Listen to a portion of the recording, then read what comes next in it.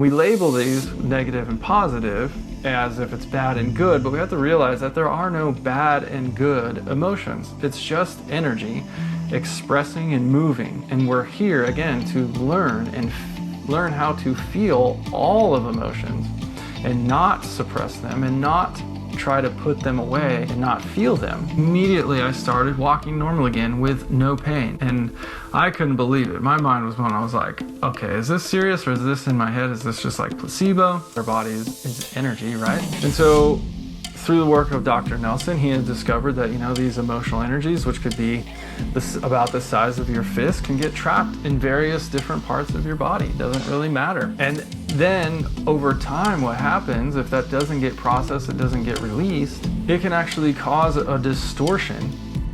Welcome to the Esoteric Alkhemy Podcast, a space where we explore the deeper layers of the human experience. I'm your host, Ben Figueiredo, an alchemist, healer, and guide. Join me and my guests to the fringes of science and magic, the depths of the inner world. We'll explore topics related to spirituality, philosophy, sacred geometry, the occult, and more, with the aim of gaining deeper understanding of the reality of the self. Hello, everyone, and welcome back to the Esoteric Alkhemy Podcast. I'm your host, Ben Figueiredo. Today, I want to talk about the emotion code. What is it, and how does it work, and where did it come from? So the emotion code was developed by Dr. Bradley Nelson over a period of about 20 years through his holistic chiropractic practice.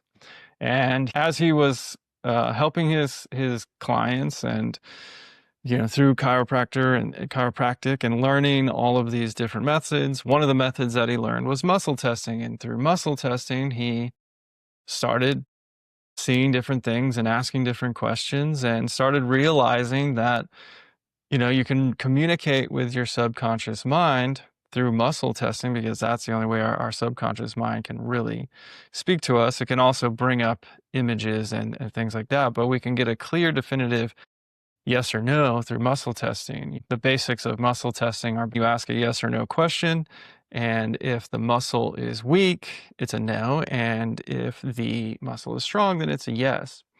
And a lot of this research was done and substantiated by Dr. David Hawkins' research back in the 70s, I believe, somewhere around that time period. And he discovered that the body would actually respond in an energetic way to truth and falsehood, the same way when we ask a yes or no question. So if someone was telling a lie, the energy that would put off, the frequency, would actually cause the body to retreat or to weaken, to contract. And truth would cause it to strengthen and be full of life, full of energy. Similar research was done by Dr. Bruce Lipton, who was the father of epigenetics. And when he was researching cells, down at a cellular level, we can see that cells react in that same way. It's a basic survival mechanism of responding.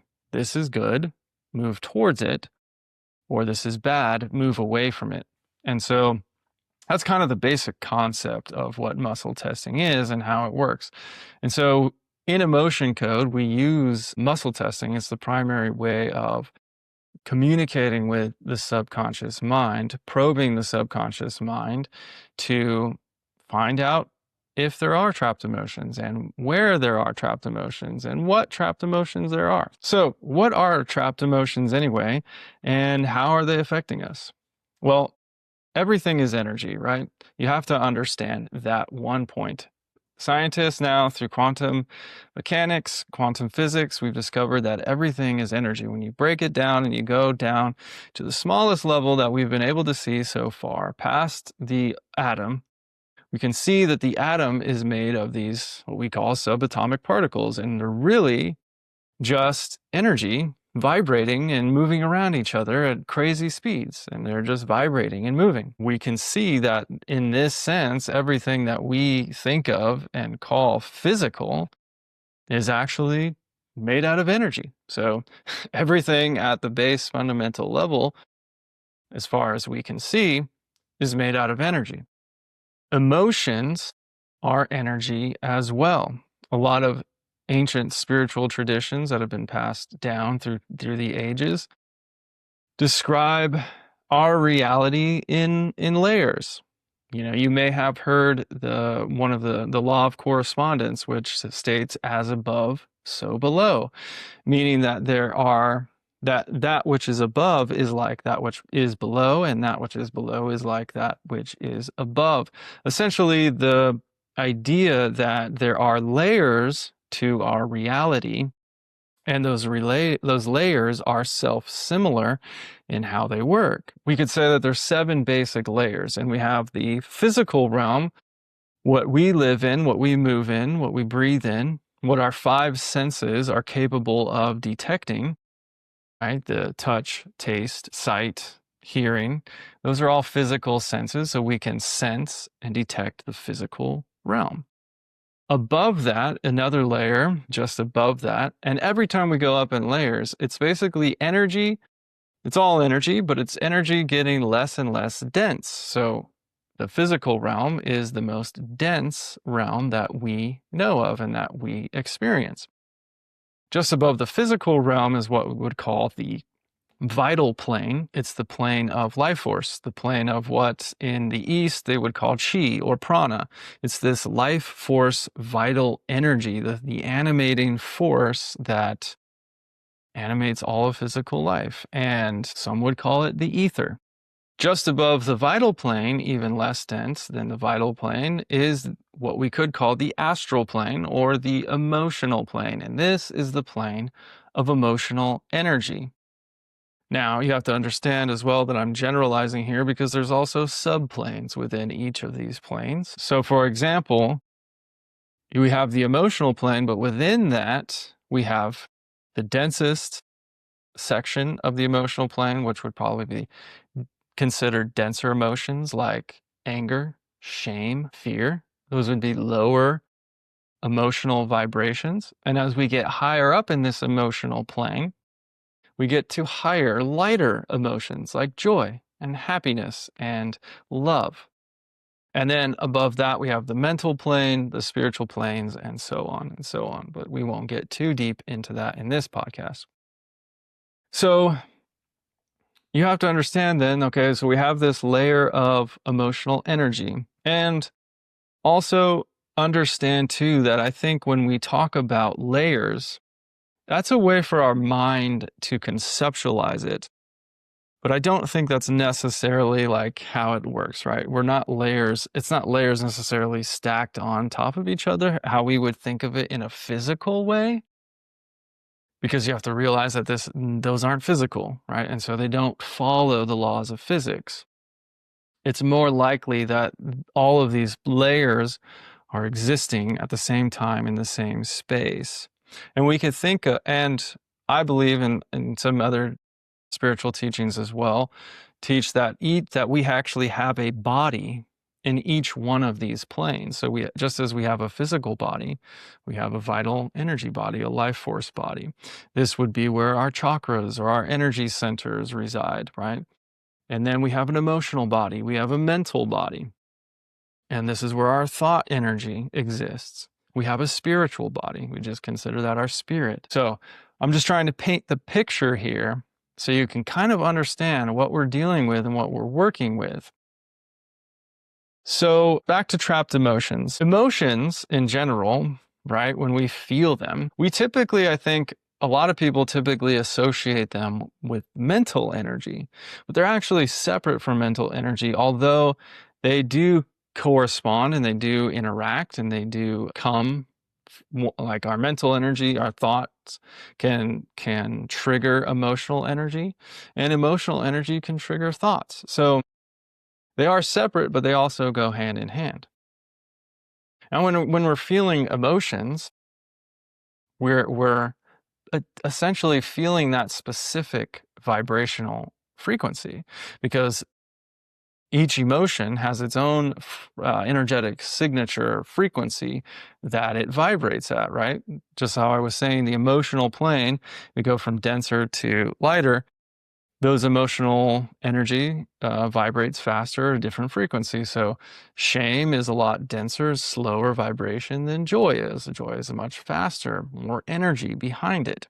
Shame tends to bring this feeling of weight, weighing us down, causing us to move slow, causing our body to contract, where joy opens us up, gives us energy. It frees us. We want to move. We want to dance, right? You can think of it whenever we feel an emotion, there's kind of this, there's a process to it. And the ancient, in ancient Chinese medicine, they teach that each of the organs in the physical body actually generate different emotions and different emotional energy. I kind of see it as like each of those organs are a portal through which the emotional energy that already exists kind of makes its way into the physical realm. And that's kind of how we feel it. So when an emotional energy is generated, something triggers it, it comes through, we're feeling it. Sometimes there's no trigger at all. We're just feeling sad because we're feeling sad right now, right? There's something to understand about that.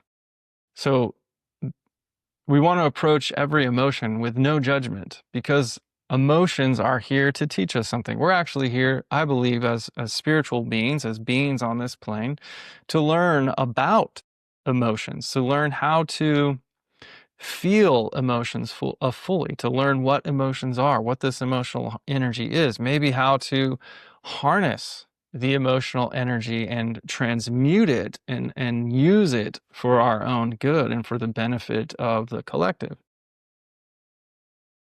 Some of the teachings that I have learned, one of them being human design, actually shows us that as far as energy centers in the body goes, the solar plexus center is our emotional awareness center.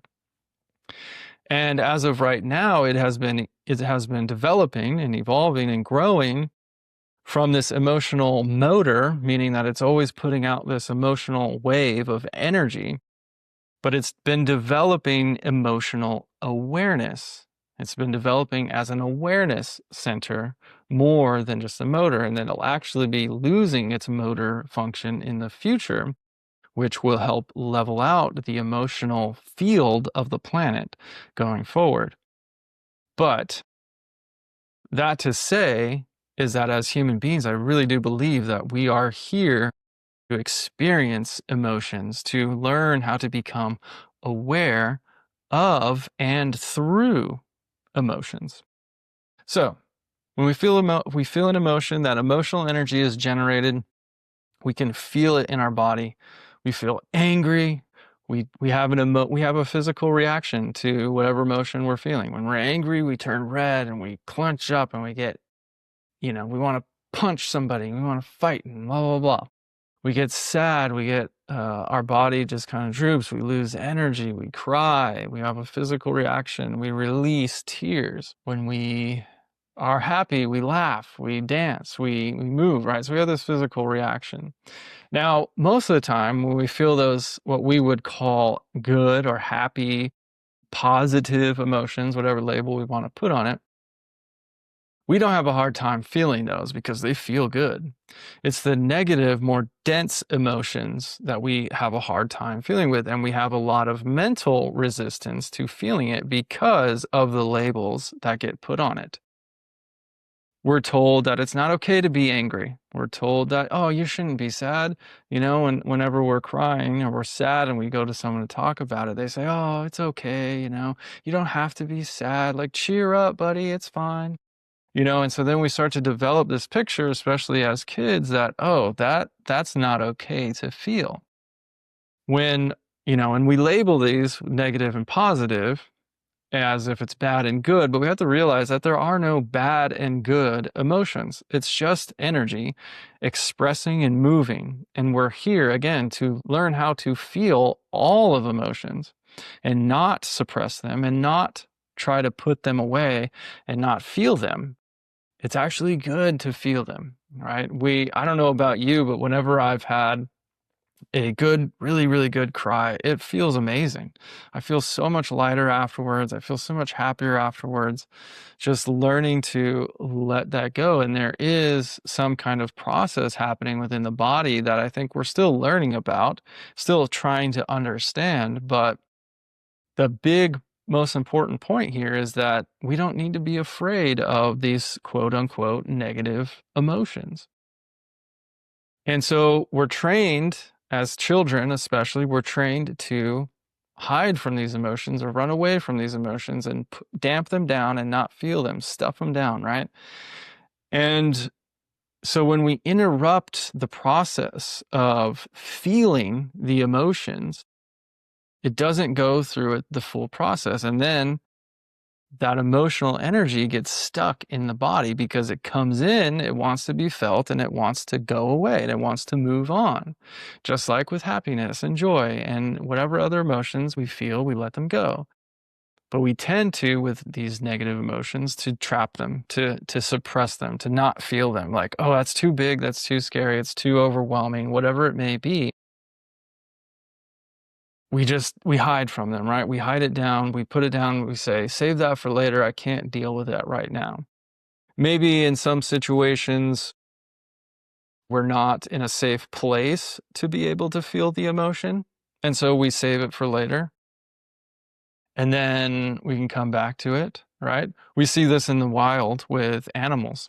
If they're in an emergency situation, a survival situation where perhaps a predator is attacking them, right? They don't feel, they'll feel scared and stuff right now in the moment, and they'll run away. But then once the danger has passed, they shake it out, right? They get their body shakes. We see this in deer and other animals. Science has researched this. They shake that trauma out of the body. They let it go. They move it through. And then they're done. And then they don't have any more stress response in their body. They don't have the cortisol and everything levels out. Unfortunately, we humans have forgotten how to do this, and we just suppress it, and then we forget about it, and we don't allow ourselves ever to get back into that and actually feel the trauma, the emotions of whatever situation we just went through. Maybe our parents were yelling as kids or something like that. And so we trap the emotion in our body, and the energy can actually get trapped physically, like in our body, well, energetically, because our body is energy, right? And so through the work of Dr. Nelson, he has discovered that, these emotional energies, which could be about the size of your fist, can get trapped in various different parts of your body. It doesn't really matter. And then over time, what happens if that doesn't get processed, it doesn't get released, it can actually cause a distortion that trickles down. Remember I said those layers of density, right? From the emotional plane, it's causing a distortion there in our emotional body, but then it can trickle down and start to manifest in our physical body as physical symptoms or physical issues that we have to deal with later on. And maybe it's, I got to be careful with the words I use here. And again, I want to make sure that I make this clear that this is purely for entertainment purposes, hint, hint, and that this is not medical advice, that this is simply me describing an energetic method of healing and releasing trapped emotions. And there's no guarantees that this will heal any of your medical issues, but it is worth a try. So, getting the medical disclaimer out of the way for legal purposes. So the emotional energy can get trapped, and then it can cause distortions in the physical body. So one example of this I want to give you right now is just for my own life. This is actually the first time, several years ago, when I first learned about the emotion code and I was starting to practice, and I spent basically a whole summer releasing trapped emotions from my body. I was about 33 years old, and I was going through releasing, and I decided, as I was learning this technique, and I had already kind of been learning about muscle testing even before I found the emotion code. And so I decided, I wonder I wonder if I can find out how many trapped emotions I have in my body, right? Because I was just kind of going through one, every couple of days, releasing trapped emotions, and I decided, oh, I wonder how many I have. Like, how long is this going to take? And I had hundreds and hundreds of trapped emotions.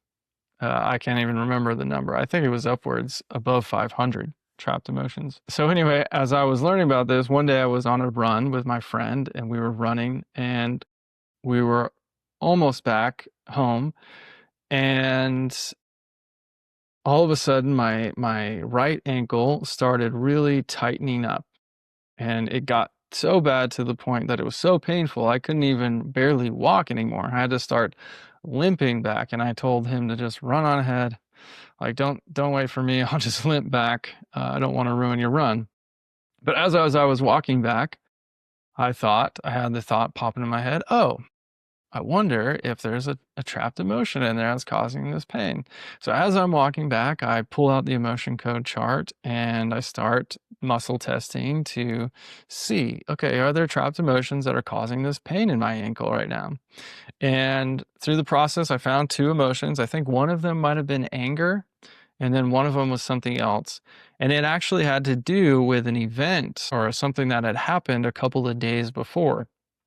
And I didn't allow myself to properly process and feel those emotions about that specific event. And so they got trapped in my body and they made its way to my ankle. They got trapped in my ankle and then caused problems in the joint. And sometimes we'll find that the emotional energy will actually get trapped in vulnerable or weaker spots of your body. And I had already been having issues with my right leg, my right ankle, so it makes sense. But anyway, as I'm walking back, I find those emotions, I release them, and immediately, I am not joking, immediately I started walking normal again with no pain. And I couldn't believe it. My mind was blown. I was like, okay, is this serious or is this in my head? Is this just like placebo? So I start walking and I walk faster and faster. Okay, I'm like, okay, there's no pain. I jump up and down a little bit. I'm like, huh, there's no pain here. So I start jogging again. No pain. I'm not limping. And then I'm telling you, the pain was incredible. Like, I couldn't walk on it. And now here I am running again just from releasing two trapped emotions. And so I decided I was almost home and I just sprint for like the last minute, just sprinted all the way back, zero pain, zero issue with my ankle. And it was that moment from then on that I had decided that, wow, this is an incredible, incredible healing modality. And I want to pursue this and I want to help people. And so I started doing it for friends and I started doing it for family more than just myself. So beyond the physical, even, I've had tons of stories of physical help. I helped my friend who was experiencing some shoulder pain. His shoulder pain went away. And yeah, I mean, just even some of my stories from my clients, what we can get into later, you can find on my website, just physical pain kind of disappearing and fading away and allowing the body to heal. I want to kind of explain this. Essentially, how I understand it is that once we have that emotional energy is there. If it's trapped there, it's causing a distortion because it's not supposed to be there. It's disrupting the flow of how everything is supposed to naturally be working. Our body, our physical body, is actually an incredible machine. It can heal itself. It's designed to live. It's designed to survive. We don't have to take different things from the external world to heal our body or numb our body or whatever.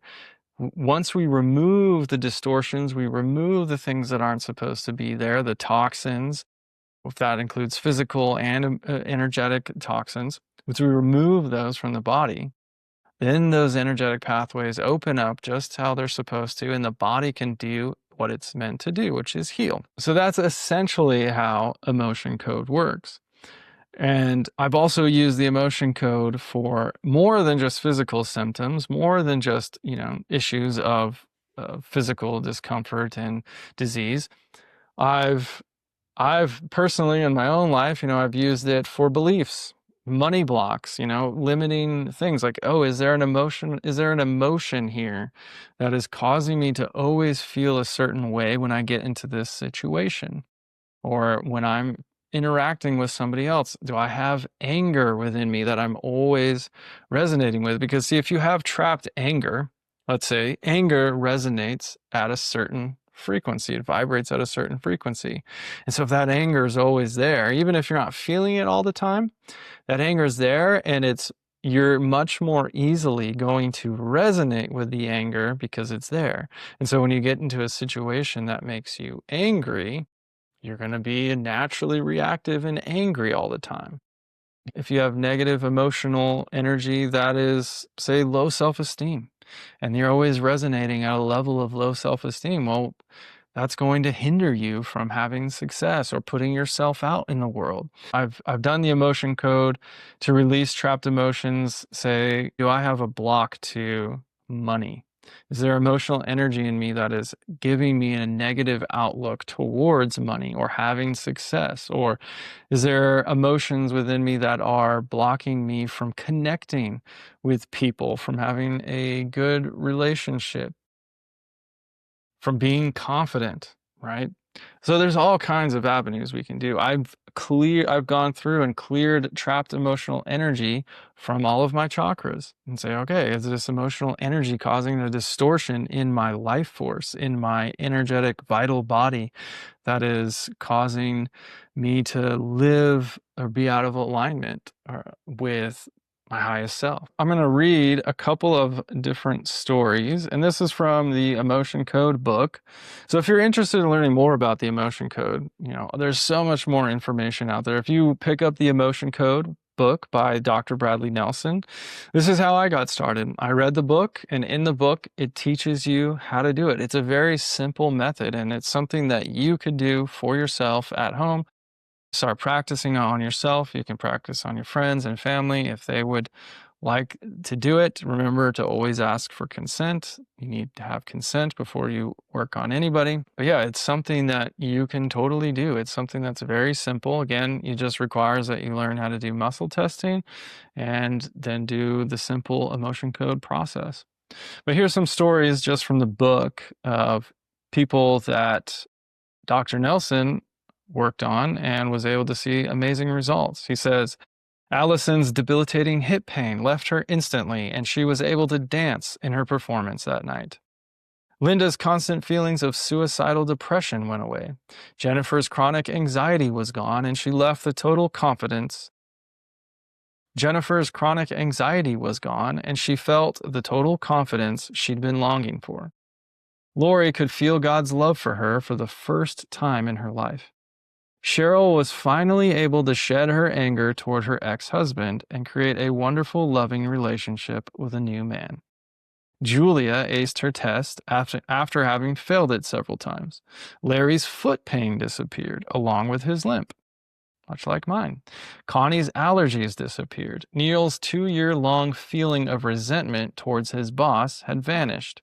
Yolanda finally lost the weight she'd been struggling to lose for years. Joan's bulimia was gone within a week. Tom's vision improved. Jim's shoulder pain disappeared. Mindy's carpal tunnel syndrome went away. Sandy's knee pain, which she had seen 3 other doctors for, was gone in moments. So, these are just some highlights from the book. This woman had come to me. She was about my age, or she is actually my age. We share the same birthday, and she was dealing with some knee issues, and it was called a luxation in her knee. So basically her knee joint was not staying in properly. So it was kind of starting to move and come out of joint. And because the tendons, I think, were weak, they were weakening. And so this was a problem that was getting worse and worse. And she said she was dealing with it since her teens.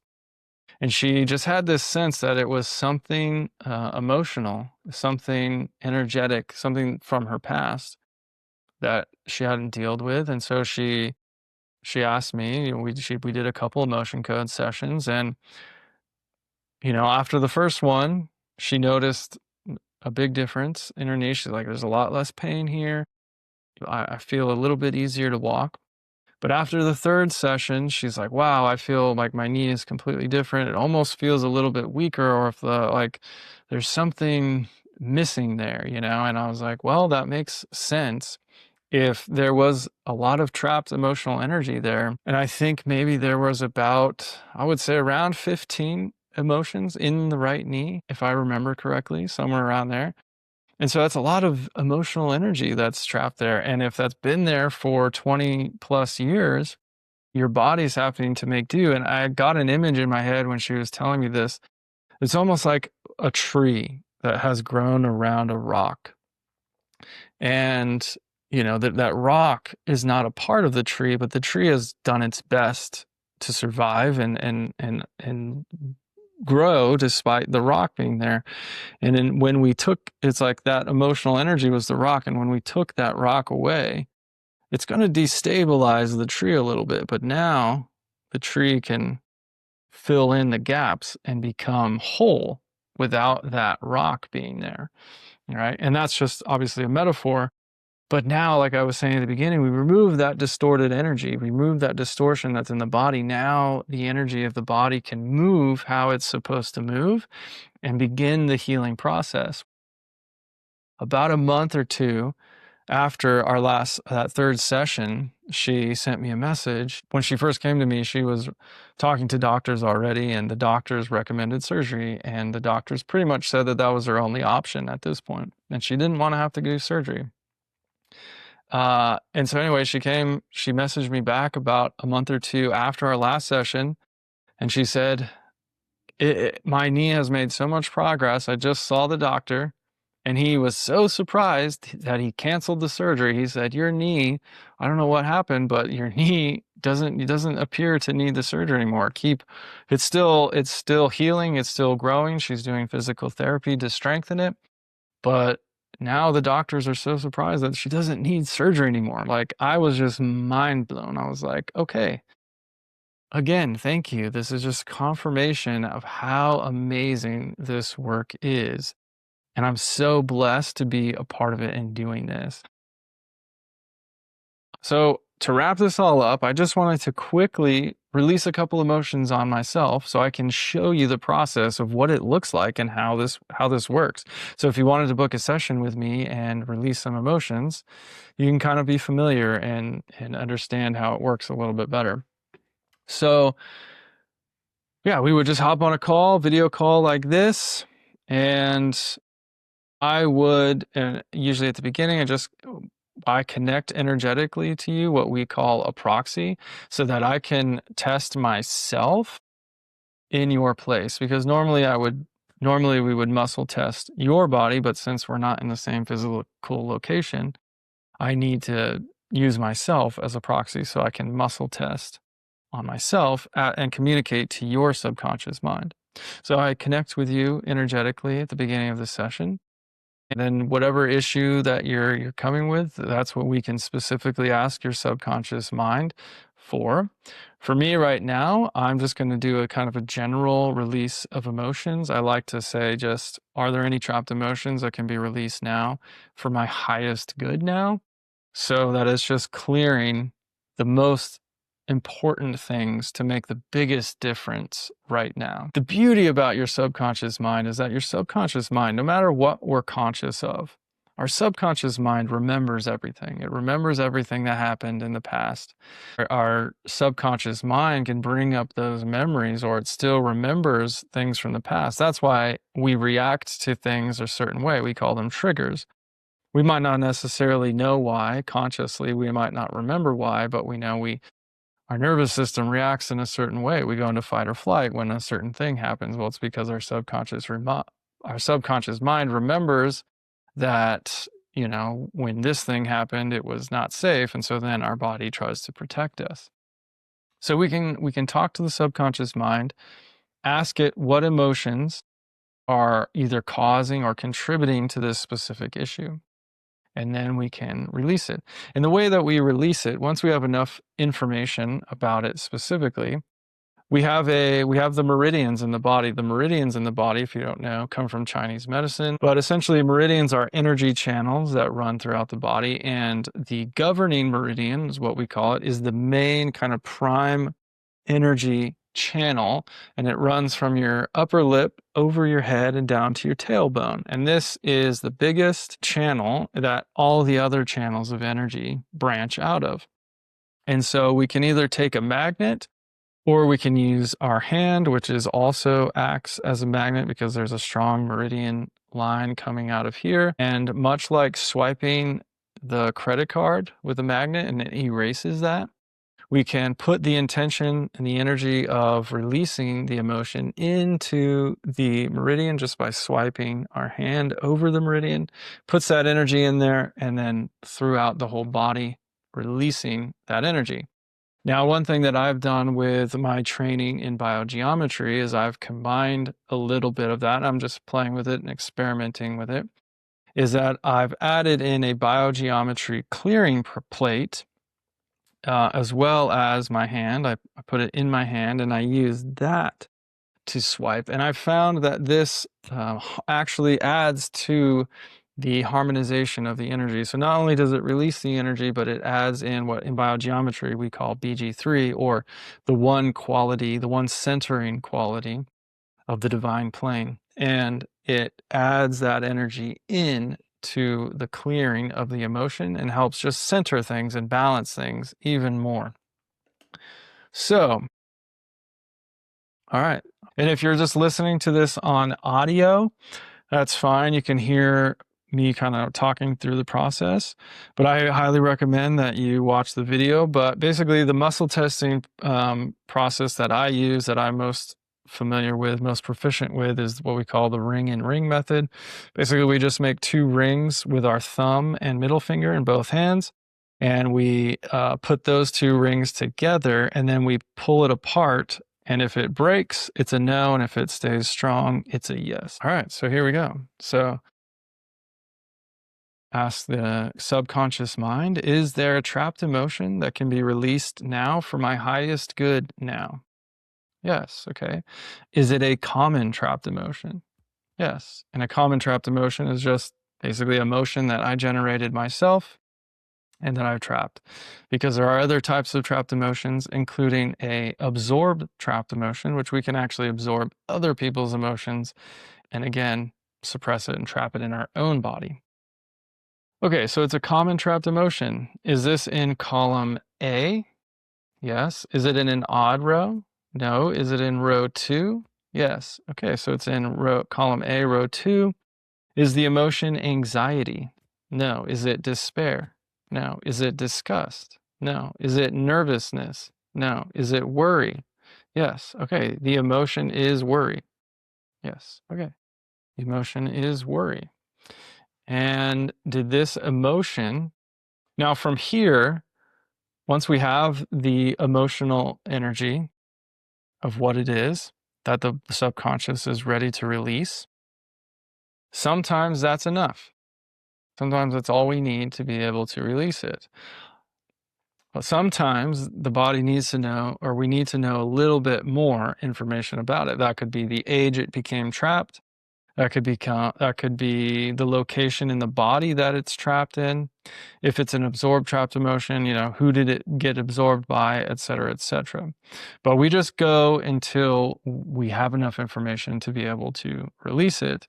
For me, I like to at least have the age it became trapped, because it can kind of help us paint the picture and also release it and process it and integrate the release even more into our own journey, our own work. Did this worry become trapped at the age of 38, at the age of 37, at the age of 36? Okay, so for me, it became trapped at the age of 36. Do I need to decode more about this emotion? No. Okay, so I don't need to know any more to be able to release it. So I'll just go ahead and release it. I'm just going to swipe my hand 3 times over the governing meridian with the intention to release it. And just to double check, has this emotion been released? Yes. Okay. So that's pretty much it. I'm just going to do that one here because it is a long process, but that is enough to give you an idea of how it works. So that's just one emotion of worry, specifically in this instance, that I was able to release, that became trapped at the age of 36, about 2 years ago. So now that emotional energy, it processes it. And sometimes, there's, as far as after a session goes, your body does need time to still process this emotion. That emotional energy won't come back. Now, that doesn't mean you won't ever feel worry again, right? But it won't be specifically that instance of worry, because once that emotional energy is gone, it's gone. But we still feel. We're still human. We still go through situations. So the trick is, once we go through this and releasing it, and it becomes easier and easier, we still want to learn how to feel. We still want to learn how not to trap emotions. You see, because when I first started Emotion Code 3 or 4 years ago, I actually was able to release all the trapped emotions. At least that's what my subconscious told me at the time. But after that, through 1 or 2 or 3 years, I trapped more and more emotions again because I still was learning and still am learning how to fully feel the emotions and not trap them. So it's a good lesson for us to learn, like, okay, I still need to learn this, but now I have a better understanding of what emotions are. I have more grace with myself.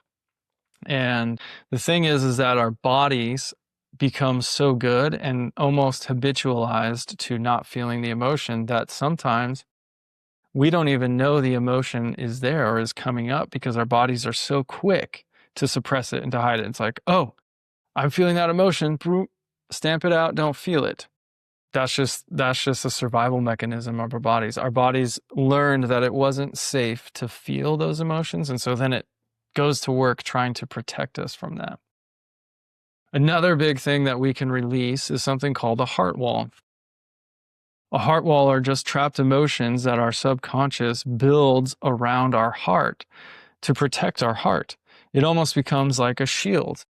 Right? But what happens, the negative of this, is that we can't fully feel, we can't fully connect, we can't be fully vulnerable with our loved ones and the people around us because we have this barrier, we have this wall that doesn't let people in because we believe that it isn't safe to let people in.